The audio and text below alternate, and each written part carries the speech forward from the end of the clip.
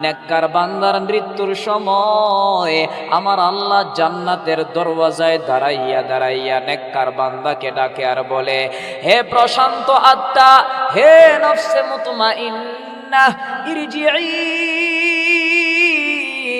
আসো আসো আসো, ইলা রাব্বিকি, তোমার রবের দিকে আসো, রাদিয়াতাম মারদিয়া, সন্তুষ্ট উপিয় পাত্র হয়ে, ফাদখুলি ফি ইবাদি,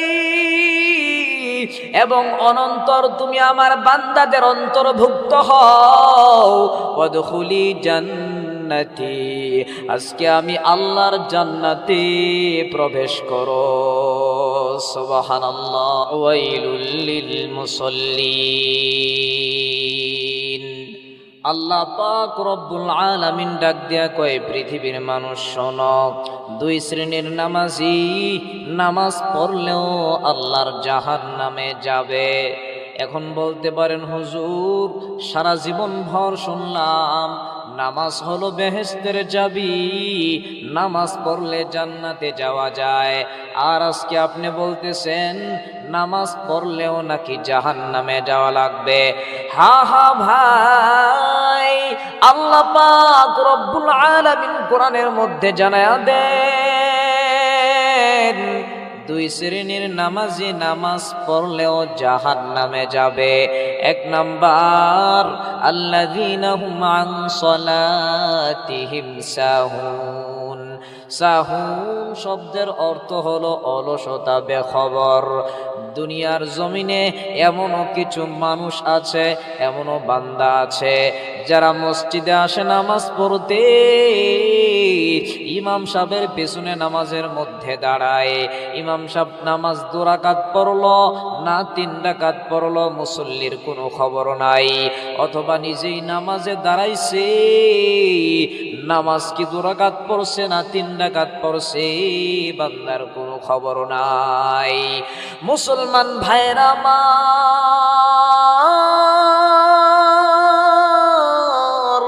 এমন মুসল্লি আছে নামাজের মধ্যে দাঁড়াইছে, নামাজের আগে বেচা কিনা করতেছিল, বেচা কিনার দিকে মন চলে গেছে, নামাজে দাঁড়াইছে, নামাজের আগে কৃষি কাজে লিপ্ত ছিল, ওখানে মন চলে গেছে, নামাজের আগে দুনিয়া দুনিয়া দুনিয়া দুনিয়া নিয়ে ব্যস্ত ছিল, ওখানে মন চলে গেছে।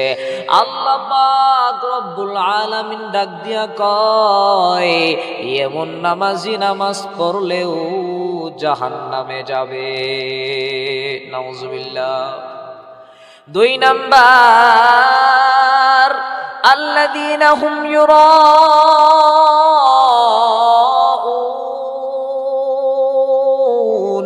রিয়া বালৌকিকতা।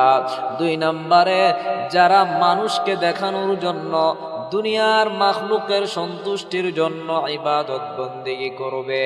মসজিদে অনেক বান্দা ঢুকলে তাকাইয়া দেখা যায় লম্বা সেজদা করে, আর মনে মনে ভাবে মানুষ আমাকে নামাজি বলবে, লম্বা রুকু করে মনে মনে চিন্তা করে মানুষ আমাকে নামাজি বলবে, লম্বা কিয়াম করে মনে মনে চিন্তা করে মানুষ আমাকে বড় আল্লাহওয়ালা বলবে, লম্বা মোনাজাত করে মনে মনে চিন্তা করে মানুষ আমাকে বড় সুফি বলবে, সাধু বলবে, পরহেজগার বলবে।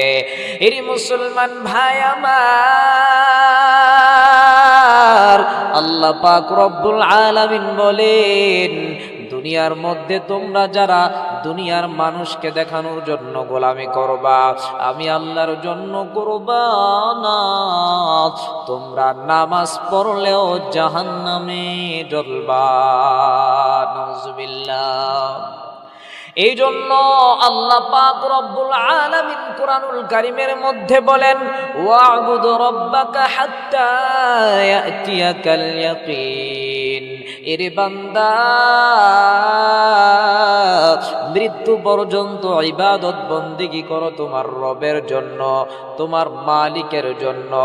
জন্ম থেকে মৃত্যু পর্যন্ত গোলামি হতে হবে কারো জন্য। জোরে বলেন। আল্লাহ পাক রব্বুল আলামিন বলে, বান্দা গোলামি করো তোমার রবের জন্য। এরে বান্দা কেন গোলামি করবা? কারণ এই দুনিয়াটা স্থায়ী না, স্থায়ী না, অস্থায়ী দুনিয়া। আজকে আছো আরেকদিন থাকবা না। মুসলমান ভাইরা আমার, আমি আপনি দুনিয়ার জমিন থেকে একদিন চলে যাব। মৃত্যু এটা হলো একটা অবধারিত শব্দ, এটাকে কেউ অস্বীকার করতে পারে না। দুনিয়ার মধ্যে এমনও মানুষ আছে যারা বলে আমি আল্লাহ মানি না, আল্লাহকে অস্বীকার করে। আবার এমনও মানুষ আছে বলে আমি নবী আলাইহিস সালামের নবুয়তকে মানি না, বলে আমি কোরআন মানি না, হাদিস মানি না। কিন্তু পৃথিবীর জমিনে এমন একজন মানুষ খুঁজে পাওয়া যাবে না যেই মানুষটা বলবে আমি মৃত্যু মানি না। ঠিক কিনা মুসলমান ভাইরা আমার? কিন্তু এই মৃত্যুটা কখন আসবে, কোন দিন আসবে, কোন মুহূর্তে আসবে, কোন জায়গায় আসবে, এটা কেউ বলতে পারে না। বক্তাও বলতে পারে না, শ্রোতাও বলতে পারে না, ইমাম সাহেবও বলতে পারে না, মুসল্লিও বলতে পারে না, এমনকি নবী রাসূলও এই খবর জানে না। আল্লাহ পাক রব্বুল আলামিন এই ইলমকে গোপন করিয়া আল্লাহর নিজের কাছেই রেখে দিছে। আর পৃথিবীর মানুষকে কয়, মানুষ তোমাদের হায়াতের বড় দাম, জীবনটার বড় দাম, এই জীবনের মূল্য দাও, জীবনকে গনিমত মনে করো, হায়াতের মূল্য দাও, প্রত্যেকটা সেকেন্ডকে জীবনের শেষ সেকেন্ড মনে করো। তাই সেকেন্ডের কোনো ভরসা নাই। এই জন্য এই দুনিয়ার জমিনের মধ্যে যারা বুদ্ধিমান, যারা জ্ঞানী, তারা তাদের জীবন থেকে একটা সেকেন্ড কেউ অযথা নষ্ট করতে পারে না। ঠিক কিনা মুসলমান ভাইরা আমার? বলতেছিলাম মৃত্যু পর্যন্ত ইবাদত করো তোমার রবের জন্য। ইরে ভাই, এই দুনিয়ার জমিনে আমরা ইবাদত বন্দেগী করব আল্লাহর জন্য। আর ইবাদতের হালতে যাদের মৃত্যু হয়, মৃত্যুটা মিঠা মরণ হয়, বড় আনন্দদায়ক মৃত্যু হয়। আর অনেক বান্দা আছে গুনাহরত অবস্থায় দুনিয়ার জমিন থেকে মারা যায়। গুনাহ করতে করতে যারা মারা যায় তাদের মৃত্যুটা হয় তিতা মরণ, বড় ভয়ঙ্কর মরণ। এই জন্য আল্লাহ পাক রব্বুল আলামিন এই মৃত্যুটাকে সাদ শব্দের সঙ্গে নিসবত করে কোরআনে বর্ণনা করে দিয়েছেন, কুল্লু নাফসিন যায়িকাতুল মাউত, প্রত্যেক প্রাণীকে একদিন মৃত্যুর স্বাদ আস্বাদন করা লাগবে। মুসলমান ভাইরা আমার, যারা ইবাদত করতে করতে দুনিয়ার জমিন থেকে মারা যায়, এক কথায় যারা নেককার মৃত্যু বরণ করে, আল্লাহ পাক রব্বুল আলামিনের পক্ষ থেকে তাদের জন্য সুসংবাদ। দয়ার আল্লাহ জান্নাতের দরওয়াজার মধ্যে দাঁড়াইয়া নেককার বান্দাকে বলতে থাকে, ও আমার আবেদ, ও আমার গোলাম, দুনিয়ার জমিনে ইবাদতের জানালায় আমি আল্লাহকে বহুবার তালাশ করেছ, আমি আল্লাহর সন্ধানে ওই চরমনের ময়দানে গিয়েছ, ওখানে গিয়ে পাও নাই। উজানির ময়দানে গিয়েছ, ওখানে গিয়েও আমি আল্লাহকে পাও নাই। টঙ্গীর ময়দানে গিয়েছ, ওখানে গিয়েও আমি আল্লাহরে পাও নাই।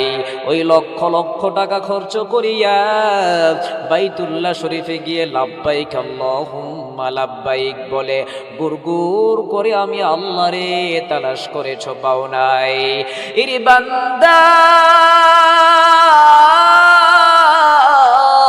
দুনিয়ার জমিনে আমি আল্লাহরে বহুবার তালাশ করেছ, কোনদিন পাও নাই।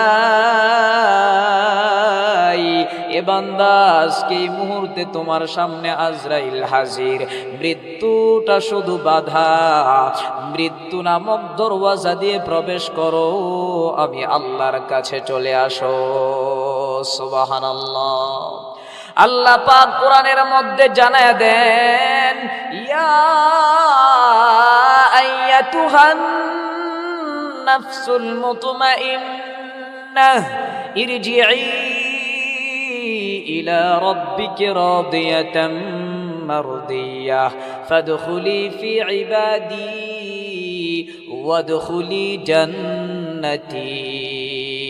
আল্লাহ পাক রব্বুল আলামিন বলেন, ইয়া আইয়াতুহান নাফসুল মুতমাইন্নাহ, নেককার বান্দার মৃত্যুর সময় আমার আল্লাহ জান্নাতের দরওয়াজায় দাঁড়াইয়া নেককার বান্দাকে ডাকে আর বলে, হে প্রশান্ত আত্মা, হে নফসে মুতমাইন্নাহ, ইরজিই,